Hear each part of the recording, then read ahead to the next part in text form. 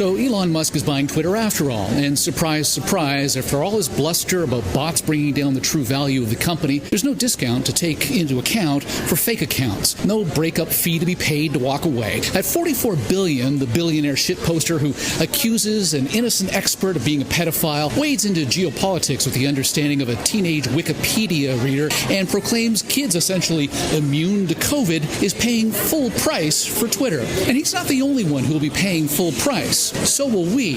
If you thought Twitter was a dumpster fire already, your drunk uncle and Aunt Karen are about to get more obnoxious this Christmas. The self-proclaimed free speech absolutist says he's bringing Donald Trump back to Twitter. But here's the thing.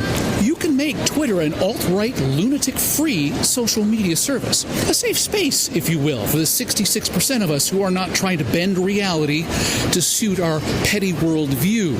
There's some things you can do to save yourself from throwing your phone at the wall in frustration. 1, switch your timeline view from home to latest tweets. This means you'll largely bypass the algorithm that has your blood boiling. You only see the tweets of those you follow. 2, filter your feed of emojis. They speak to the crazy train's vocabulary level.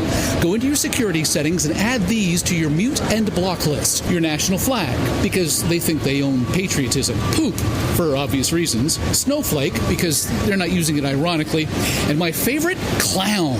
The alt-right loves to call sane people clowns, which is weird since their leader loves orange makeup. And 3, don't feed the trolls. Don't reply to them.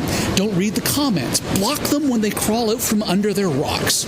Musk claims he has Asperger's, but while the syndrome is characterized as having difficulties in social interaction, it's more likely the social network will be owned by a billionaire asshole who thinks hate speech and threats of violence are the price we have to pay for him to speak his mind. And if these tips don't make your Twitter experience better, do what thousands of future Musk employees are expected to do when the alt-right's edgelord takes over. Walk away and don't look back.